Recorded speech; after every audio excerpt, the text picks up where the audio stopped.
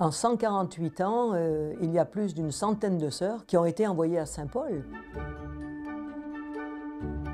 Quand moi je suis arrivée, on devait être une vingtaine. Il y avait Anne Bettina, il y avait Sœur Marie de la Trinité. À la fois discrètes, mais elles étaient présentes, elles étaient là. Ah, Sœur André-Marie, c'était quelqu'un qui avait un grand cœur, mais qui ne faisait pas voir. C'était les autres d'abord et puis elle après. Moi, je sais que je disais aux dames de la chorale, ça s'appelle Saint-Paul de Moselle, mais on est sœurs de Saint-Joseph. Alors il fallait les lever, les laver, les habiller, il fallait tout leur faire. Elles étaient quand même à un moment donné au bord de l'épuisement. Quand je suis arrivée à Saint-Paul, il n'y avait pas de laïque. Elles souhaitaient notre liberté et notre indépendance. C'est vrai que peut-être que c'est grâce à elles qu'il y a encore ce beau site de Saint-Paul. Moi, je trouve ça un lieu magique au fond. C'est le lieu, ce sont les sœurs, on était bien. C'était Saint-Paul, voilà.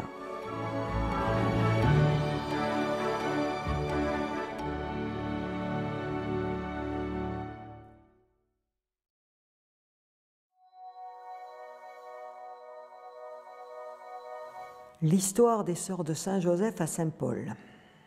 Elles sont arrivées, 12 sœurs de Saint-Joseph de Vaisseau sont arrivées à Saint-Paul le 19 mars 1866. Tout simplement parce que l'asile Saint-Paul de Moselle existait depuis 1806, puisqu'il a été créé par le docteur Mercurin. C'est la famille, donc la descendance du docteur Mercurin, qui a continué d'assurer l'existence. Et pour s'occuper donc de ces personnes qu'on appelait à cette époque des aliénés, les sœurs de Saint-Vincent de Paul étaient venues à Saint-Paul de Moselle. Autour des années 1865, une nouvelle supérieure locale de Saint-Vincent de Paul est arrivée à Saint-Paul de Moselle. Le directeur de l'époque ne s'est absolument pas entendu avec cette nouvelle supérieure générale. Et donc, il a eu la fâcheuse idée d'écrire à la supérieure générale des sœurs de Saint-Vincent de Paul à Paris pour lui demander de bien vouloir changer la supérieure locale à Saint-Paul de Moselle. Et la supérieure générale n'a pas mâché ses mots, elle a répondu au directeur de Saint-Paul de Moselle, non seulement je ne vous enverrai pas une nouvelle supérieure, mais j'enlève toutes les sœurs de ma congrégation qui sont à Saint-Paul de Moselle. Pris de panique, il s'est dépêché d'aller voir le vicaire général de l'évêque de Marseille de cette époque, et le vicaire général lui a dit « Écoute, j'ai entendu parler qu'il y a des nouvelles sœurs qui sont arrivées là, on m'en dit que du bien, je vais aller les voir. » Et ces sœurs ont été touchées par la demande du vicaire général. Donc, elles ont écrit à Mère Marie-Augustin Léronas, qui était supérieure générale pour le coup des sœurs de Vaisseau à cette époque-là, et en lui disant « Écoutez, voilà, on a cette demande-là, qu'est-ce que vous nous conseillez ?» Et la supérieure leur a dit « Écoutez, allez d'abord voir de quoi il s'agit. Qu'est-ce que c'est que ce Saint-Paul de Moselle? Qu'est-ce que c'est que cet asile ?» Donc, les sœurs de Marseille sont venues, et elles ont fait un rapport à sœur Marie-Augustin, et sœur Marie-Augustin a envoyé 12 sœurs de Vaisseau le 19 mars, accompagnées de 10 orphelines de Privas. C'est comme ça qu'elles sont arrivées à Saint-Paul de Moselle. Elles sont restées jusqu'en 2014, ça fait 148 ans.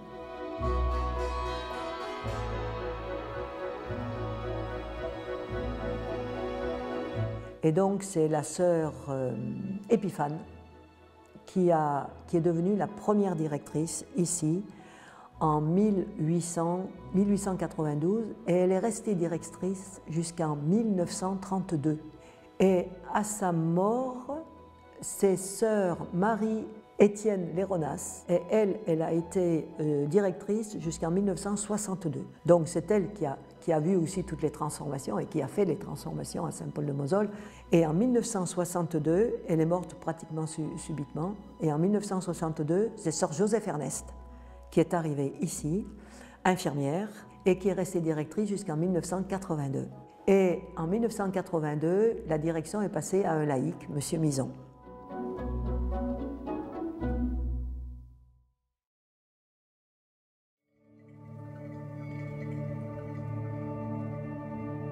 Ça commence par l'appel que j'ai perçu quand j'avais 13 ans à peu près. Eh bien, j'étais à Gardanne pour aller à l'école. Moi, je n'ai pas voulu aller à Aix à l'école.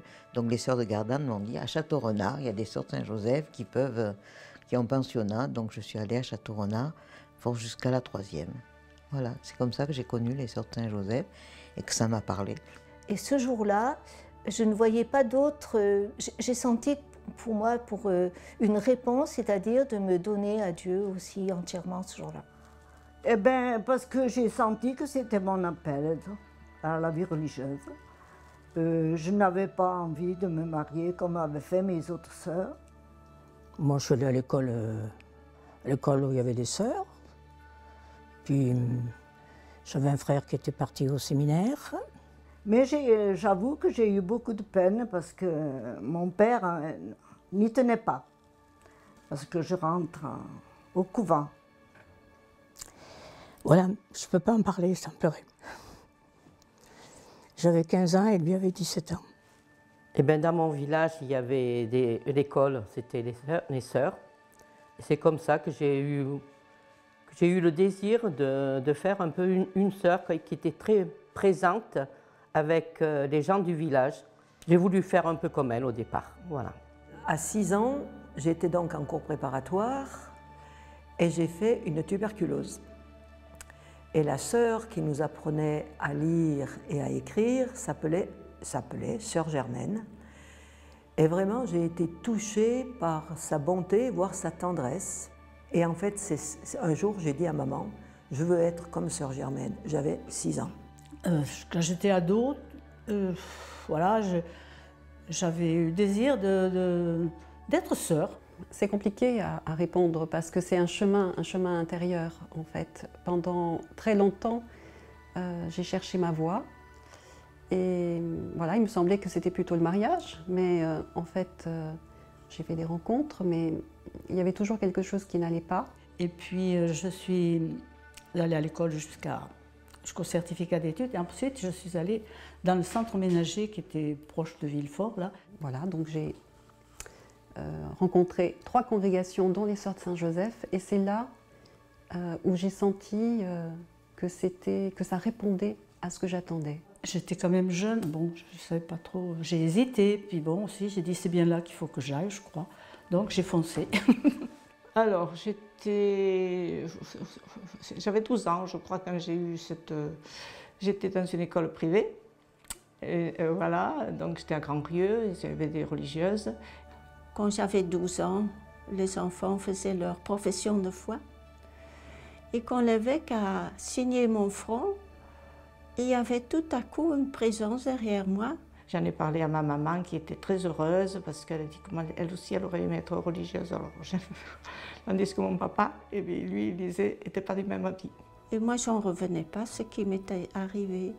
Et depuis, je savais que, bon, c'était une invitation du Seigneur.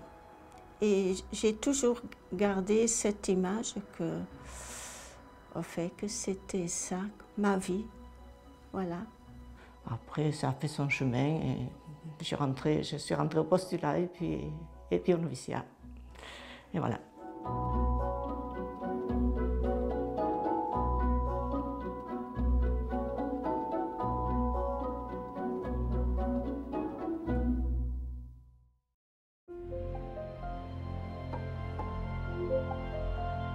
Alors, je suis arrivée à Saint-Paul en 1984. J'ai travaillé dans la maison de santé Saint-Paul-de-Mosole à partir des années, disons, 1967. C'était en 2008. Alors, je suis allée une première fois en septembre 1968. En 82 jusqu'en 92. C'était au mois d'août à l'année 2000. Alors à Saint-Paul, je suis arrivée précisément le 14 juillet 1994. C'est là que je suis arrivée et j'ai resté 13 ans. Ça se passait à Tournon, dans le hall d'un hôpital. J'ai rencontré la supérieure générale pour courir à Saint-Rémy. Il me dit, voilà, on a quelque chose à te proposer, est-ce que... Ben, je dis oui, mais pourquoi pas, la Provence, oh là là, la Provence, je venais de Lyon, donc ça me plaisait pas mal, mais je ne savais pas de quoi il en retournait trop, quoi. On m'a dit, ben voilà, maintenant, j'étais restée 10 ans sur Annonay, donc de 72 en 82, où j'avais fait l'école d'infirmière et j'ai travaillé à l'hôpital d'Annonay.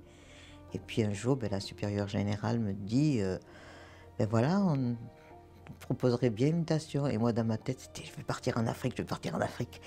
Et ben donc, c'était aller à Saint-Rémy de Provence. Voilà. Et ben, j'ai dit oui. J'ai accepté d'aller là-bas, mais il y avait quand même un dialogue. C'est pas, tu fais ta valise demain et tu pars après-demain. Je pouvais choisir si j'acceptais oui ou non. J'allais dire, ça fait partie un peu de l'obéissance. À ce moment-là, c'est peut-être plus facile à vivre l'obéissance qu'aujourd'hui. Mais ça aussi, ça sera à couper. Et j'ai dit oui. Et je suis allée. J'y viens avec mes mains vides et on verra bien. Et pendant que je faisais ma deuxième année de noviciat, il y a une sœur à Saint-Paul qui a été fatiguée. Et on m'a demandé d'aller la remplacer. Et je suis allée. Alors c'était en 59. Et après, c'est Jeanne Bouvier qui est venue me remplacer. Parce qu'à ce moment-là, il y avait une grippe, enfin tout ça. On m'a dit, on vous envoie à Saint-Rémy de Provence parce que tout le monde est couché, tout le monde a la grippe. Pour 15 jours, j'y allais. Et je suis restée 5 ans, 6 ans, je ne sais plus. Alors auparavant, j'étais à Montpellier. Donc je travaillais dans un service de neurochirurgie à la clinique Reich. Et c'est là qu'on m'a proposé d'aller à Saint-Rémy de Provence. Et puis c'était surtout de la psychiatrie. J'ai dit, mon Dieu, la psychiatrie, j'en avais pas une bonne image. Et puis j'ai dit, mais tant pis, j'y vais. On me demande si c'était quelque chose de... Voilà. De toute façon, j'ai toujours fait ce que je redoutais le plus alors. Donc j'ai dit ça. Sœur André-Marie était venue me chercher au car devant l'église de Saint-Rémy de Provence. Je débutais tout à fait jeune infirmière et jeune religieuse. Donc j'arrivais à Saint-Rémy dans une communauté que je ne connaissais pas, un milieu que je ne connaissais pas. Oh là là, j'étais jeune professe et il y avait la pose de la première pierre. Alors je ne sais plus si c'est de Saint-Paul ou si c'est de Van Gogh, peu importe. En tout cas, toujours est-il, j'étais à Aubenas et un car s'est organisé pour emmener toutes les novices et toutes les professes pour venir chanter au cours de cette célébration de la première pierre de l'établissement sanitaire. J'ai pas trop de souvenirs, j'ai que le souvenir d'une assemblée importante, y compris avec des laïcs, il n'y avait pas que des sœurs, et vous me voyez en sœur sur la photo. Et qu'est-ce que vous faites sur cette photo? On chante. On chante. Alors quel chant on a chanté, je ne sais pas, je ne me rappelle pas, mais en tout cas, toujours est-il, il y avait toutes les novices et toutes les jeunes professes, quoi. Voilà, ça a été ma première rencontre avec Saint-Paul de Moselle.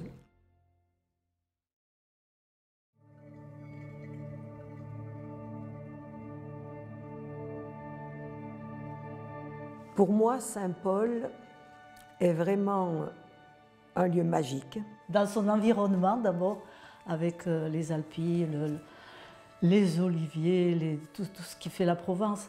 Un petit paradis de beauté où se vivent de grandes souffrances. C'est un lieu quand même qui est assez paisible. Je trouve que pour des malades, il leur faut ça.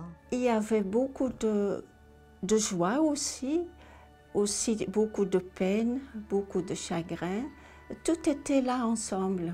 Quand les personnes arrivent fragilisées, tout ça, ben voilà, elles peuvent se déposer sans crainte. C'est un lieu qui protège, j'allais dire. On sent combien il est chargé d'histoire. Une histoire, elle est ancienne, puisque ça remonte au 8e siècle, et même la légende dit même avant. Il y a une sorte de sérénité aussi qui sort de ce lieu-là. Peut-être que c'est les bâtiments, la configuration des bâtiments, ce lieu d'église. Où presque j'entends les moines chanter. Il y a donc à Saint-Paul la rencontre entre le ciel et la terre. ce qu'il y a de magnifique, c'est le parc, le grand parc où on peut se promener, où Van Gogh a peint ses iris. Et puis suivi d'une prairie entourée de rosiers, qui suivait, après suivi par une forêt de pins, d'arbres de Judée. Au printemps, c'était vraiment magnifique. Je ne sais pas, ça devait être des dahlias ou des machins comme ça. C'était beau, beau. Le cloître, d'abord, c'était un lieu où on avait le respect du cloître. En général, c'était un lieu de silence. Parce que ça faisait... il y avait une espèce de jardin à l'intérieur. Si on y promenait les malades, on faisait le tour, mais c'était en silence.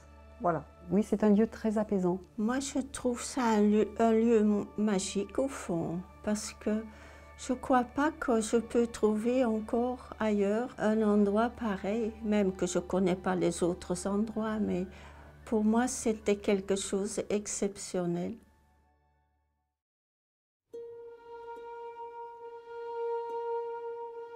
Alors moi, à Saint-Paul, je suis toujours été dans le service du cloître. Mais moi, j'ai simplement travaillé auprès des personnes âgées. C'était que des dames. Et voilà, à la grande maison. C'était encore la grande maison, nous appelions le cloître. Donc c'était plus le service des personnes âgées, enfin on appelait ça le service géronto-psychiatrie. Le matin, on se levait, on déjeunait, et puis après on partait pour aller faire lever les malades, et faire les toilettes et tout ça. J'avais d'abord plusieurs activités. Le matin, j'étais auprès des malades. Alors il fallait les lever, les laver, les habiller, il fallait tout leur faire. Quand la cloche sonnait, on les menait pour déjeuner, parce qu'il y avait une cloche qu'on sonnait. Et oui, là aussi, il y a une histoire avec la cloche. La cloche qui sonnait, et certaines pensionnaires avaient du travail pour avertir telle personne qui était sourde. Entre autres, il y avait une sœur qui était sourde, qui n'entendait absolument rien. Elles étaient 2 ou 3 à l'avertir. Alors elle disait, sœur, la cloche a sonné pour le déjeuner. Alors elle disait, quoi? Alors toutes 3, elles criaient, la cloche a sonné. Alors elle répondait, mais moi je ne l'ai pas entendu. Histoire de la cloche. À Saint-Paul, j'étais essentiellement une infirmière, donc dévouée au service des malades, procurant les soins. On recevait quand même des personnes qui étaient très déprimées, ou obsessionnels, ou qui portaient un désir de suicide. Donc c'était quand même une vigilance à apporter, je dirais, permanente. À Saint-Paul, j'étais employée au cloître, auprès des... Donc je vous disais, je préparais les petits déjeuners. Moi, dans ma tête, je mélangeais un peu tout. Il y avait une sœur âgée qui s'appelait André-Marie qui me disait « Oh, Rose, elle a fait une bêtise, elle n'a pas mis la ricorée à celle qu'il fallait de la ricorée, du cacao. » Enfin bon. Et puis, je faisais du ménage. J'entretenais le linge des résidents, alors la couture. Je repassais le linge des résidents. C'était tout. Et puis après, moi, je m'occupais beaucoup de la chapelle aussi. Bon, mais ça, c'était en dehors du travail. La première fois, le premier dimanche que j'ai vécu là-bas, je me rappelle qu'il en est mort 2 ce jour-là. Et moi, je n'avais jamais vu une personne morte. Et j'étais en train d'en faire déjeuner une. Je l'avais lavée, je la faisais déjeuner. Tout à coup, j'ai vu qu'elle changeait de couleur. Oh là là, mais je me suis dit, mon Dieu, mais elle doit mourir, qu'est-ce que tu vas faire? Je l'ai vite attrapée, heureusement, c'était une petite dame. Je l'ai attrapée, je l'ai allongée sur son lit. Et puis je suis allée dire à la sœur, je crois qu'il y en a une qui est assez fatiguée, venez voir, enfin voilà. Et c'était un dimanche, ça. Et il en est mort une autre dans la matinée. Alors j'ai dit, eh ben, ça commence bien ta journée. Je commençais à prendre peur. Arrivé devant mon déjeuner, je me mets à pleurer devant mon déjeuner. Il y a une sœur qui me dit, oh, mais dites, il y a autre chose à faire que de se mettre à pleurer. Alors voilà, j'ai fini mon déjeuner et après je suis allée faire mon travail comme d'habitude. Alors moi j'étais infirmière, moi j'étais à l'unité de Saint-Paul, oui c'est le service Saint-Paul. Dans le service on devait être 2 infirmières pour chaque service. Le travail d'infirmier, donc on posait des perfusions le matin à celles qui devaient en avoir. On prenait les tensions, on distribuait les médicaments, voilà. On est peut-être l'infirmière, mais on est aussi celle qui écoute, on est aussi celle qui accompagne, on est aussi celle qui joue, voilà. Donc dans les activités, on se prend par la main, voilà. Alors que je n'étais pas du tout préparée à assumer une responsabilité de ce type, vraiment, puisque je suis psychomotricienne de métier, donc je m'occupais des enfants, voire des nourrissons. Et en 2003, j'ai été appelée à faire partie du conseil général de la congrégation, et la supérieure générale, en me donnant mes fonctions, m'a dit « Tu seras présidente de l'association gestionnaire de Saint-Paul-de-Moselle ». Voilà. Il y avait une tradition, une sorte de culture, c'est que depuis la création de l'association gestionnaire autour des années 1975, au tout début c'était je crois un laïc, mais très rapidement c'est une religieuse qui a assuré la présidence.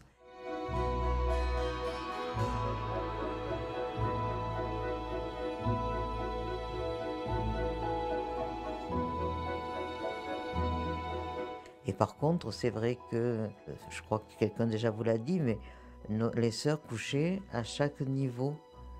Il faut pouvoir répondre s'il y avait un bruit, s'il y avait un appel, s'il y avait quelqu'un qui soit tombé ou quoi. Parce qu'il n'y avait pas de veilleuse de nuit jusqu'en 71. Je crois que la première veilleuse de nuit est arrivée en 71. Moi, c'était ma hantise d'avoir peur qu'il y en ait une qui soit fatiguée, que je ne l'ai pas entendue. Mais là, il faudrait que je dise ça de sœur Auguste, une sœur qui a couché 60 ans dans la division 2 et qui n'a pas dormi une nuit à son sou. Tu te rends compte un peu? 60 ans. Et pourquoi elle ne dormait pas alors? Parce que les gens à l'époque criaient, il fallait avoir une santé. Hein. Et puis la journée, on faisait notre journée quand même. Alors, c'était un peu dur. Je faisais toujours un chemin là dans les services et là où on avait besoin, voilà, j'étais l'aumônier. Je faisais d'abord une permanence, j'avais des jours de permanence. J'allais dans les chambres visiter les personnes qui en avaient besoin de parler. Je faisais des petites célébrations aussi à la chapelle. Je faisais une annonce, ceux qui désiraient, et parfois c'était très riche ensemble. Et après, j'allais aussi chez des personnes qui étaient plus handicapées, à la masse par exemple. Et aussi du fait qu'elles avaient parfois fait des tableaux, parce qu'on avait Valetudo là. Et je dis, ah, qu'est-ce que vous avez dessiné aujourd'hui? Si ça vous plaît, vous pouvez une fois venir avec et on peut un peu ensemble voir ce que vous avez voulu exprimer. Et finalement, c'était étonnant parce que j'ai vu ouvrir des portes à travers un tableau, par exemple, et on m'a laissé entrer dans leur chemin de vie. Eh bien, donc, de 82 à 92, j'ai été infirmière, surtout au cloître. J'ai beaucoup travaillé au cloître. Je suis arrivée au moment aussi de la passation de la maison de Sœur Joseph Ernest à une direction laïque. Donc là, on m'a demandé d'être surveillante. Sœur Joseph Ernest, je crois, est parti en juillet 83. Bon, Monsieur Mison était déjà là, moi, quand je suis arrivée. Il était en passation. Et Monsieur Mison s'est toujours considéré en disant « Moi, je fais le lien entre les sœurs et la prochaine direction ». Et ça a été aussi tout un travail à faire, je vois au niveau du cloître, pour le personnel accepter les nouvelles. Nous, on travaillait du temps des sœurs. Et moi, je leur disais, mais justement, votre savoir, mettons-le au service de celles qui arrivent.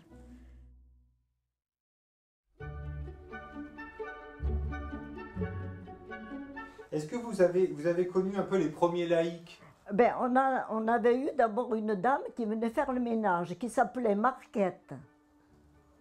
Je me rappelle bien d'elle. Et puis, comme soignante, nous avons eu une fille d'Eltor, Marie-Antoinette. Après, nous avons eu, quelques années après, sa sœur qui s'appelait Suzon. Et ces filles, elles étaient d'une famille nombreuse et le père venait de mourir. Alors la dame, leur maman, quoi, a supplié les sœurs, surtout Jean-Baptiste, avec qui elle était la plus proche, de prendre ses filles au moins pour avoir un peu de gagne-pain. Voilà, avec ma sœur. Ma sœur a été la première et puis moi j'étais en deuxième. Bien, parce que nous les avons formées. Ce sont des filles qui sont arrivées, elles n'avaient rien. Mais elles étaient très douées. Alors l'été, par contre, parce il faut savoir qu'il y avait un jardin potager. Et pour aider aux conserves, elle embauchait l'été les nièces des religieuses. Alors elles venaient 1 mois, elles venaient 15 jours, 3 semaines. Bon, il y en a, elles venaient que pour 1 semaine et puis elles restaient 2 mois, parce que ça leur plaisait, voilà. Après, petit à petit, elles les embauchaient, elles se rendaient compte que quand même le travail il était pénible. Elles m'ont fait l'éducation professionnelle. Déjà, le premier truc que j'ai retenu quand je suis rentrée, n'oublie pas que quelqu'un membre de ta famille ou toi-même peut être à cette place. Sœur Anne-Françoise m'a appris, avec les collègues de travail bien sûr, m'ont appris le métier de savoir faire des toilettes. Voilà, c'est pas évident de savoir faire une toilette médicalement parlant. Après, l'ordre dans les chambres, il fallait vraiment, quand on sortait de la chambre, la chaise à tel endroit, le lit fait au carré. Tu vois, on ne te laissait jamais une personne qui arrivait dans un contexte, soit un service ou l'autre, seule, non. Tu avais toujours un moment d'adaptation avec une doublure. Alors, au départ, c'est Anne-Françoise qui te formait, puis après, tu t'es confiée à une ancienne. Non, enfin, voilà, elles m'ont tout appris.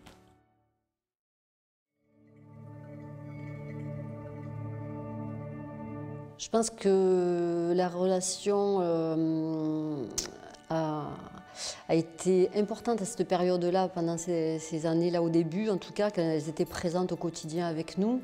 C'était une relation très humaine en fait. Moi je me situais avec les laïcs au niveau du travail comme elles. J'étais pas la sœur qui est à côté, qui va dire il faut faire ça. J'étais une employée comme elle. Moi j'ai eu la chance d'être avec certaines sœurs beaucoup plus proches. Parce qu'on avait des points communs, parce que voilà. Même, je peux te dire qu'avec certaines sœurs, je ne voyais même plus la sœur, c'était une copine, quoi. Bon, avec certaines sœurs, non. Avec certaines sœurs, mettons avec sœur André-Marie, je ne me serais pas amusée à plaisanter avec elle, ça c'est certain. Mais parce qu'il y avait le respect de l'âge aussi. Bon, après, elles étaient, il fallait, surtout sœur André-Marie, il fallait filer droit. Mais à côté de ça, famille, hein, voilà. On était en famille. Oh ben avec nous, elles étaient toutes simples, c'était presque, pour certaines, c'était des copines. Comme sœur Marie-Florence, par exemple, on l'a considérée comme égale à nous. On ne voyait pas qu'elle était religieuse. Alors quand je suis revenue, j'étais donc seule religieuse au milieu d'un gros groupe de laïcs, alors que la première fois, c'était le contraire. Ben voilà, j'étais salariée comme les autres dames. Oui, elles étaient strictes et donc avec bien sûr gentillesse aussi, hein, parce qu'elles ne nous faisaient jamais de remarques méchantes, mais par exemple à l'époque on s'habillait de court et donc avec ma collègue Hélène on s'habillait toujours en mini-jupe et quand on montait les escaliers pour se rendre au bureau, elle était en bas, sœur André-Marie, elle disait « Eh bien, vous y marcherez pas dessus, les filles !» Et on riait, voilà. On riait beaucoup et puis elle avait toujours son petit sourire quand même en coin en disant ben, « Je leur ai dit quand même. Hein. » Même bon, elles le prennent comme elles veulent, mais je leur ai dit. Moi, j'ai beaucoup apprécié, je garde un très bon souvenir et beaucoup de respect pour sœur Anne-Bettina, qui était la surveillante et la cadre du service. Parce que justement, elle avait ce côté très bienveillant, très empathique envers le personnel.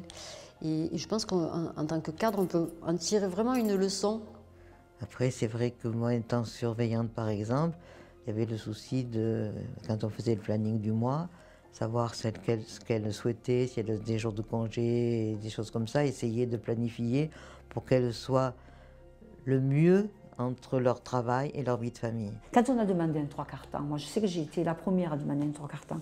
Quand j'ai ma fille qui a eu 5 ans, j'avais des soucis pour l'école, enfin et tout ça, bon j'ai dit je vais demander un 3/4 temps, un 30 heures. Donc j'étais allée voir Sœur Joseph Ernest, je lui avais expliqué, elle m'a dit moi j'ai pas de problème, mais à condition que tu t'adaptes, que le dimanche par exemple tu ne fasses pas un 3/4 temps, que tu fasses la journée complète. Moi j'ai dit il n'y a pas de souci.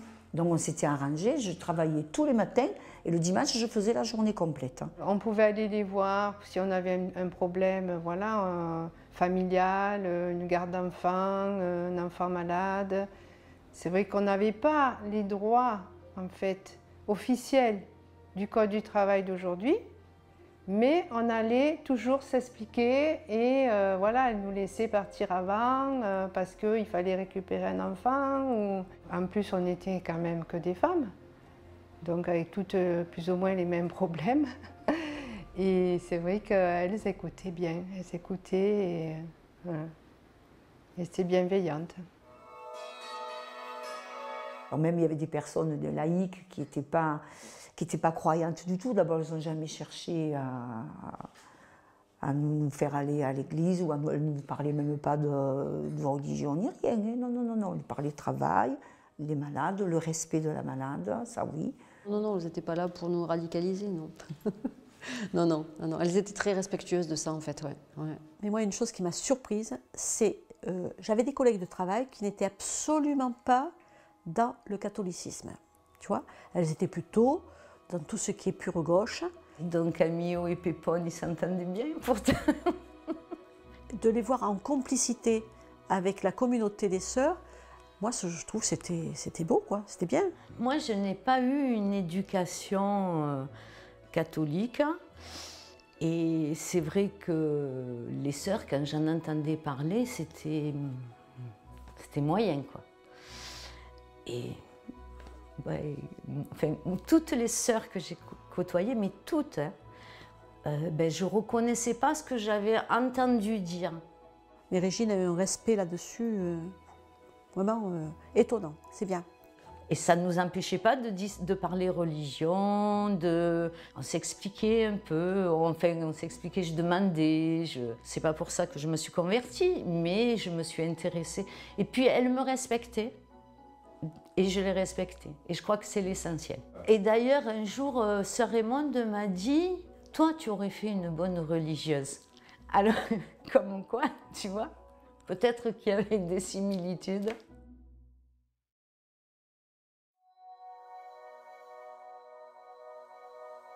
Il me semble qu'il y a eu toujours, alors ça concernerait peut-être davantage les responsables de la maison, la directrice, l'économe, un grand souci de présence, d'aide, de favoriser le travail, de venir en aide aux gens qui étaient en recherche de travail. Même comme on disait, quand l'été, le prenait le renfort d'été, puisqu'il y avait des congés. Donc, pour remplacer celle en congé, le prenait, les embauchait pour l'été. Et souvent, il y en a qui disaient il suffit d'y mettre un pied et on y reste. Et après, effectivement, elle titularisait les personnes. Oui. Ben, c'était des premiers secteurs du monde féminin. Voilà. Et on disait, entre nous, on disait toujours pour les femmes à Saint-Rémy, il y a Intermarché ou Saint-Paul. Donc, à choisir, Saint-Paul, c'était quand même, voilà, c'était. Moi, quand je suis partie, il y avait 152 salariés, il y avait peut-être 130 femmes et 20 hommes.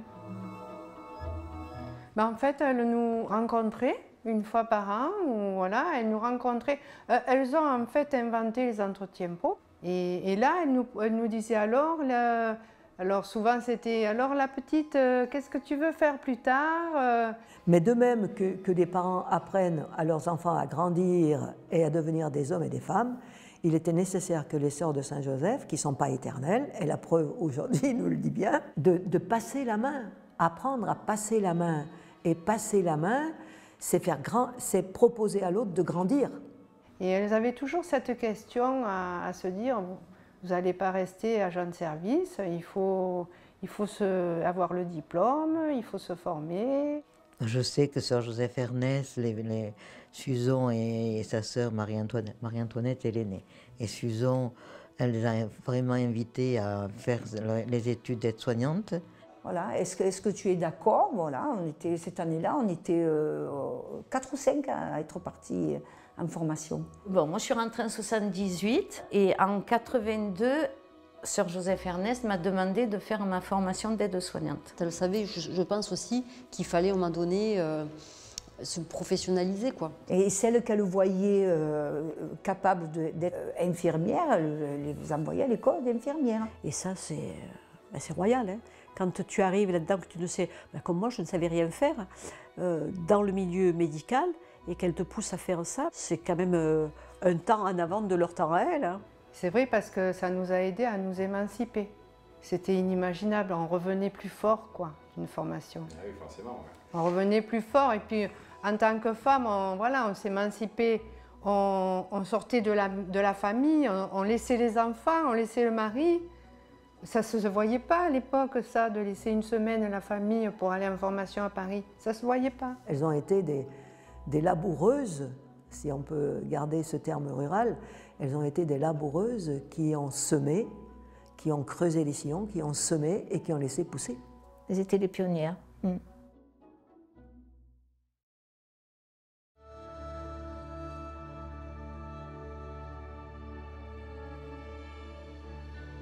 Je trouvais difficile d'habiter nuit et jour dans la partie cloître, où nos chambres étaient là-haut, le ciel qu'on appelait, où la nuit le téléphone sonnait parce que c'est une sœur qui avait la responsabilité de répondre au téléphone la nuit. Et tous les dimanches et toutes les fêtes, on a mis quelques années avant d'avoir un jour de repos dans la semaine. On avait l'impression d'avoir toujours les malades avec nous. Parce que c'est vrai que ça, on n'en a peut-être pas parlé, mais on avait le souci aussi qu'au niveau des résidentes, surtout au niveau du rez-de-chaussée, au niveau du cloître, il y a toujours une présence. Au cas où il y en a une qui tombe, une qui se bouscule, une qui s'énerve, voilà. Donc, que ce soit quelqu'un du personnel ou sœur Jeanne-Auguste, donc qui est décédée à 104 ans, qui est arrivée à 28 ans, elle faisait encore des permanences à 90 ans, voilà. Et puis donc c'était, elle avait sa canne et puis elle tapait s'il y avait quelque chose et voilà. On ne faisait pas simplement ses horaires, ouais. C'était, j'allais dire, sans limite. Ça rassurait, voilà, ça rassurait parce qu'elle pouvait intervenir. Combien de fois il a neigé, bon, c'est vraiment exceptionnel qu'il neige à Saint-Rémy, mais quand il neigeait, on pouvait dormir chez les sœurs pour être sur place le lendemain matin pour celles qui habitaient loin. Et il y a des personnels qui ont dormi à la communauté. Si on avait un souci, elles n'étaient pas loin, quoi. Voilà. Il y avait cette présence en fait humaine qui rassurait. Le ciel, vous connaissez l'étage des bureaux, là où il y avait les bureaux anciens. Et puis un petit escalier qui monte. Et là-haut, il y avait 5 ou 6 chambres. On appelait le ciel, je ne sais pas pourquoi. Je ne sais pas l'origine, en fait. On dit où tu couches? Au ciel. Parce que c'était l'endroit le plus haut de la maison, on était carrément sur le toit. Et j'y ai couché. À quoi ça ressemblait? On avait des chambres bien correctes, quoi. Avec, je ne me rappelle plus si on avait une salle de bain, je ne me rappelle plus, je crois pas. Pouf, on allait peut-être en bas se laver, je ne sais pas. Non, il n'y avait pas de salle de bain. Il y avait un long couloir, mais étroit. Et de chaque côté, il y avait des chambres, hein, mais qui étaient très hostiles, quoi. Il y avait un lit, une table, une chaise, voilà, c'était austère, quoi. Après le déménagement, ça a vraiment été autre chose. Je partais du travail à 4 pas du cloître pour aller en face, mais là j'arrivais, je soufflais, avait un lieu commun. Ah ben pour elles, c'était bien. Je pense qu'elles avaient l'impression d'être un peu plus libres, d'être un peu moins étouffées par le service. On avait un lieu convivial, quoi. Je trouve que c'était plus humain que d'être au milieu des malades, entendre crier, entendre... Il y avait cette grande terrasse déjà qui donnait une ouverture. Quand des touristes passaient, enfin, on voyait les gens, c'était... Moi, je le trouvais génial, hein. Tout était bien là. Ça m'a aidé à bien m'habituer. Je suis restée 25 ans là-bas. 24, 25. On était vraiment à l'aise. Ouais. C'était une maison que j'ai beaucoup aimée. C'est vrai que...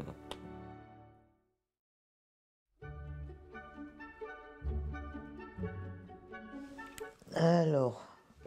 Papier, oui, parce que là, Sœur Joseph Ernest, directrice, André-Marie, économe, Marie-Louise, lingère, Jean-Baptiste, cuisinière, Sœur Chantal, Sœur Suzanne, Sœur Monique, Madeleine, Jeanne-Denise, soignante, Florence, reliée. Et puis des sœurs aînées comme François de Sales, Cécilia, Marie-Nazareth, Jeanne-Auguste. Et à la clinique, il y avait Sœur Marie de la Trinité, Sœur Jeanne-Henriette. Et puis moi. Donc ça fait 1, 2, 3, 4, 5, 6, 7, 8, 9, 10, 11, 12, 13 et 13 ou 14. Voilà, pour la congrégation des Sœurs de Saint-Joseph, Saint-Paul a été pendant 148 ans l'œuvre la plus importante pour les Sœurs de Saint-Joseph, ça c'est clair. Nous étions nombreuses, parce qu'on les gardait, les sœurs aussi, jusqu'à la fin. Hein. On venait là, on finissait là, quoi. Et la sœur que moi j'ai accompagnée jusqu'au bout, ça a été Sœur Auguste, qui avait combien, 104 ans, je crois, quand elle est morte. Et nous l'avons gardée jusqu'au bout. Et bien, on avait une place, on avait au cimetière. On avait une concession, voilà.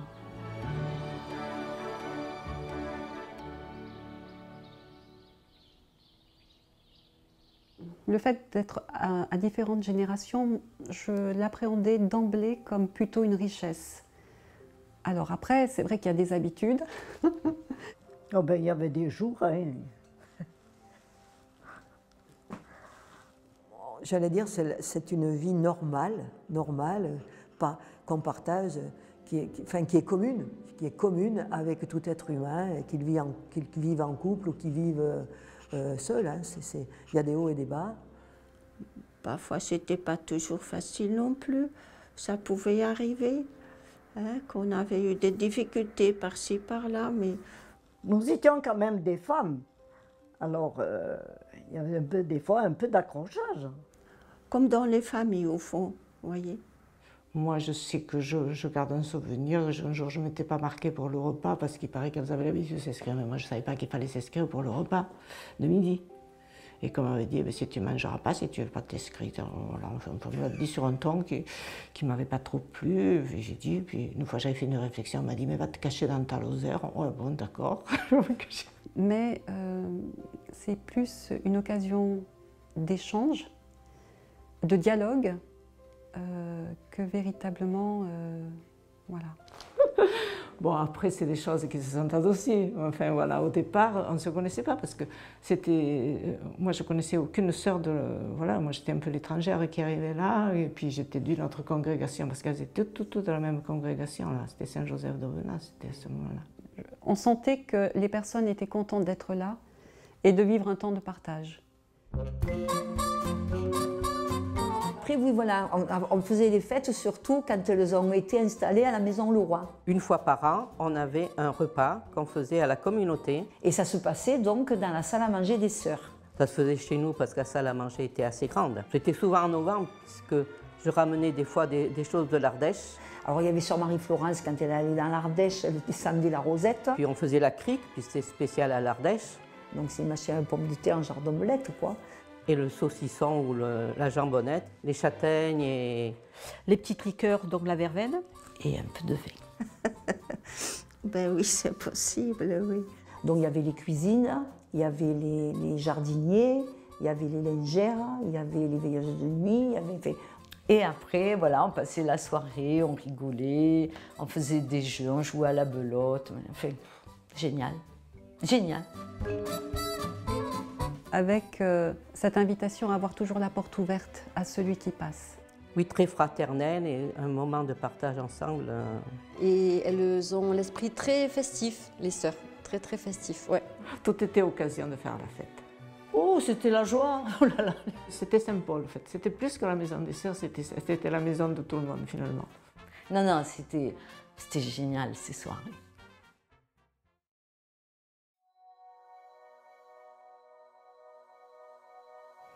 Pourquoi vous êtes parti de Saint-Paul? Ben, on m'a appelé pour aller ailleurs. Je suis partie pour des raisons de santé d'abord. Bon, je suis restée donc la deuxième fois 10 ans. Donc après, j'ai été appelée pour aller travailler dans une autre maison de retraite, dans une petite communauté.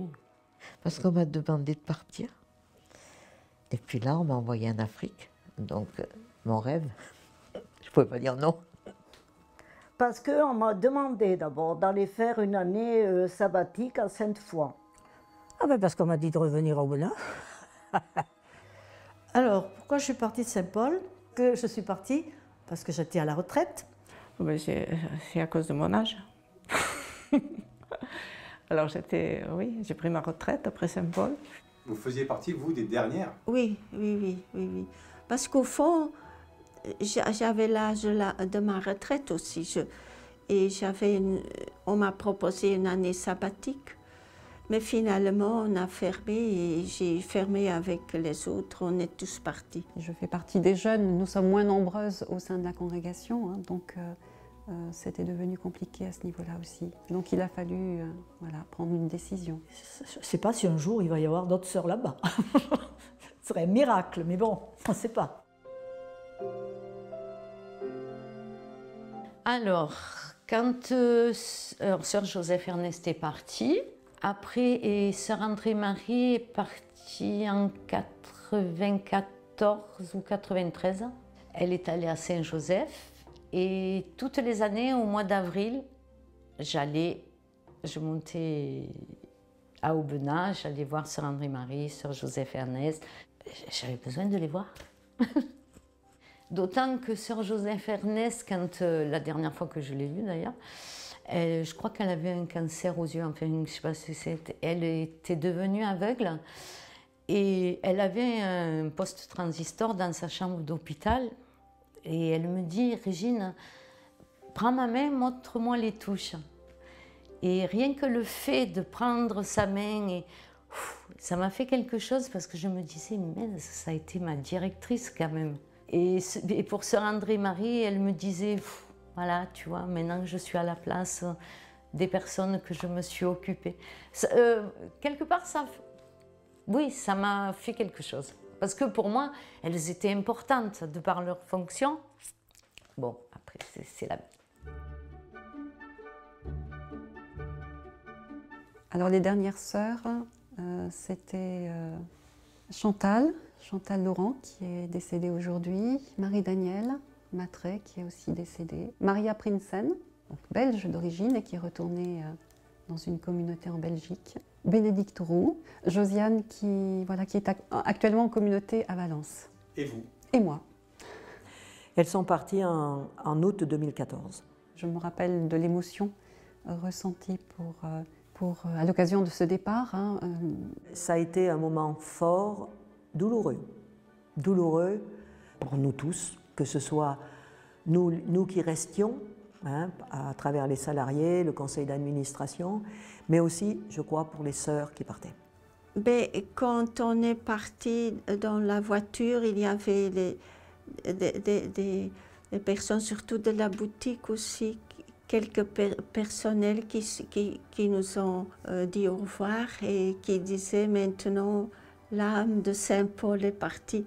Et ça m'a fait quelque chose qu'ils disaient ça. On était tous émus finalement.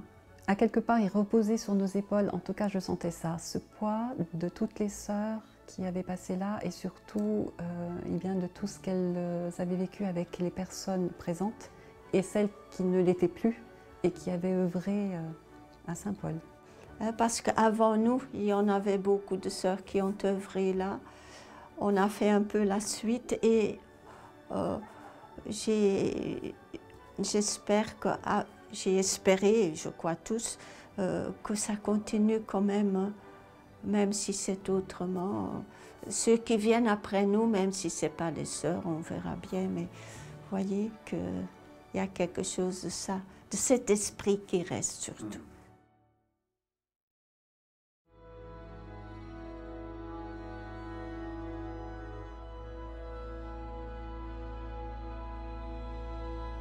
Quelle question!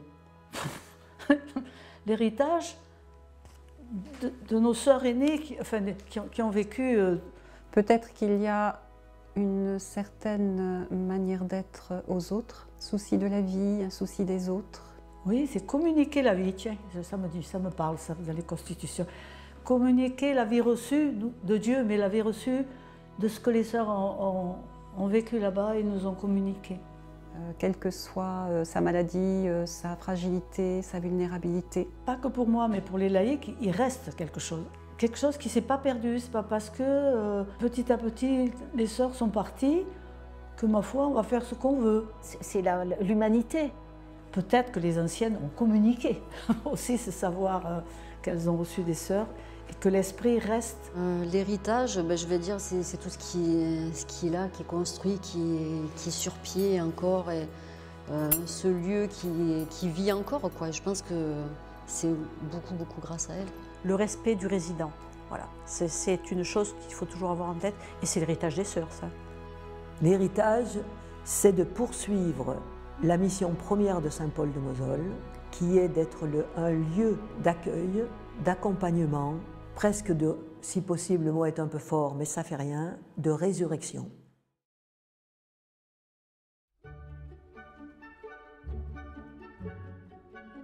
Eh bien, moi, je dirais que pour faire ce métier-là, il faut l'aimer. Et vous l'avez aimé? Ah oui, moi, je l'ai aimé. Être présente à la personne, il y a le soin, mais il y a aussi cette présence. Alors, je ne sais pas si c'est un message, mais ce qui me semble important, c'est de se dire que dans ce milieu aussi difficile, de garder toujours confiance en l'autre. D'abord qu'ils font leur travail avec beaucoup d'amour, beaucoup de respect. Oh ben c'est d'aimer son travail, d'aimer ce qu'on fait. Qu'ils essaient de découvrir assez vite l'esprit des sœurs de Saint-Joseph. De ne pas oublier l'histoire, en fait, ce passé. En espérant que cette âme de Saint-Paul ne s'éteigne pas, que ça continue à perdurer malgré l'absence des sœurs. D'aller travailler d'abord avec entrain, avec amour, et y aller volontiers. De ne pas oublier la présence des sœurs Saint-Joseph à Saint-Paul, bien sûr. Et voilà, donc de poursuivre sur ce chemin-là. Pour moi, ce qu'il faut transmettre et ce qu'il faut dire aux nouvelles générations, c'est prendre du temps avec le résident, essayer de le comprendre ou pas, parce que quelquefois tu n'arrives pas à le comprendre, mais le respecter. Je leur dirais ce que m'avait dit sœur Joseph Ernest, ne fais pas subir ce que tu n'aimerais pas subir toi-même. Je crois que je leur dirais, vous avez choisi de travailler à Saint-Paul de Mosole. C'est un travail qui vous met au plus près de la personne humaine, dans ce qu'elle a, parce qu'elle est à Saint-Paul, dans sa fragilité. Soyez consciente que vous aussi vous êtes fragile, mais n'oubliez pas l'âme de votre acte thérapeutique.